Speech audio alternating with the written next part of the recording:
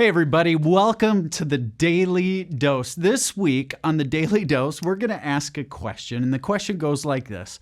What do you do when your faith feels as though it's falling apart? Bet you didn't expect that question. Hey, it's true. Every one of us, we have an experience at some point in our life where maybe the foundations of our faith, what we were taught to believe about God or about the Christian faith, those things seem to sort of fall apart. They seem to crumble. We start to question the faith of our childhood.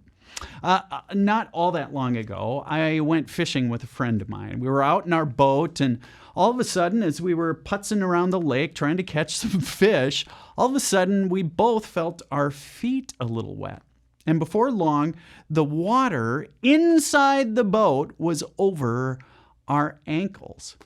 Well, in that moment, I did what you would do, right? All of a sudden, my mind started asking about 6,000 different questions. What did I do? Did I damage the boat? Did I back into something? Had I hit a rock? What had I done? I went to the glove compartment, opened the glove compartment of the boat, and there, guess what was sitting there?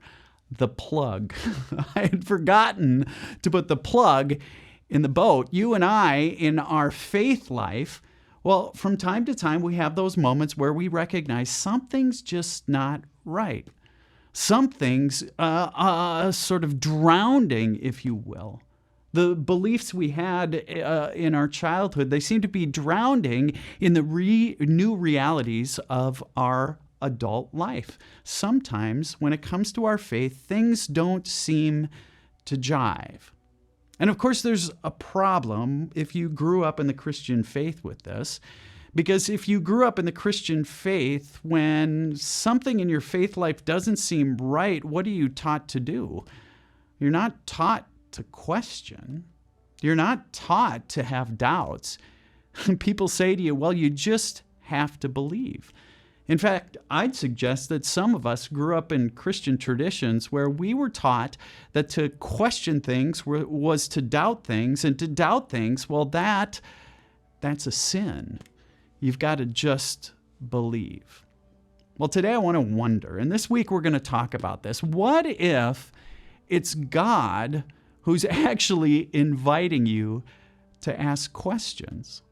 What if God actually is encouraging you every once in a while to have some doubts in those things you were taught about God and about the Christian faith?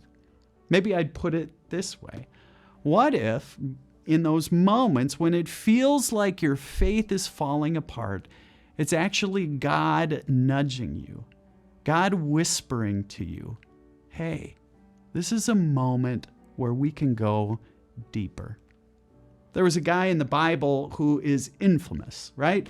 His name is Thomas, and I don't have to tell you that everyone who's anyone calls him Doubting Thomas.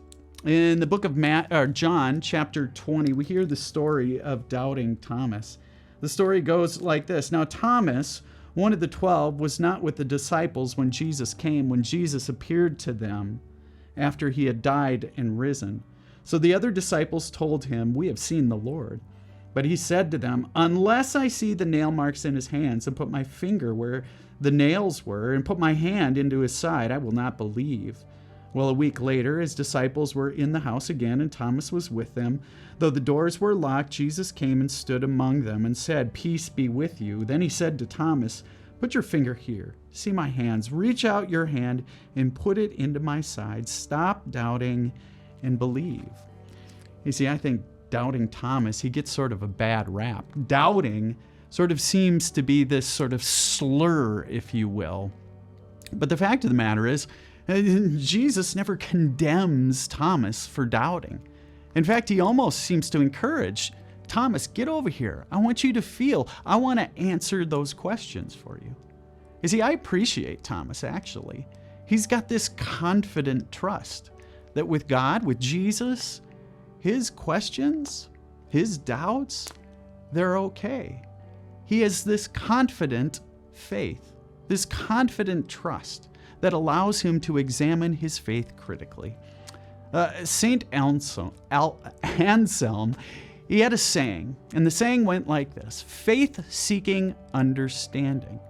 What Anselm was getting at is that our questions aren't a sign of somehow an imperfect faith, but our questions are a sign of our love for God. I mean, think about it. When you fall in love, what do? You want to know everything about the object of your love. You want to know that special woman or that special man's favorite color. You want to know their favorite flowers. You want to know what their favorite movie is. You want to know what they like to do on vacation. You want to know their favorite food. You want to know everything about them. That's what love causes us to do. The opposite of faith-seeking understanding is a sort of faith that's all about, well, just believe. Don't question. Here's the checklist of things you have to adhere to. Here's the orthodoxy. Here are the rules. You just follow them. It's disconnected sort of faith from our head. And of course, that sort of orthodoxy, that sort of belief system, well, it always leads to judgment, doesn't it? They believe the right way. They believe the wrong way. They're the people who are in, and they're the people who are out. It becomes more about a belief in a system, in a sort of way of believing, rather than belief in Jesus. Back to my beginning question: what do you do when your faith falls apart? When it feels like those things that were passed on to you, they seem to be crumbling. Well, what if it's in those moments that God is whispering to you, hey, I want to go deeper. Let's talk a little bit. Ask me some questions. I can handle every one of your doubts. What do you do when your faith feels like it's falling apart? I want to invite you to listen. Listen to the voice of God who's whispering to you and to me, hey, let's go deeper. Folks, thanks for tuning in today. If you're watching on Facebook, share this with a friend. If you're watching on YouTube, hit the bell so you get notifications. And if you're watching on Cable Access 181, why don't you tell a friend about it? Thanks, everybody. Have a good one.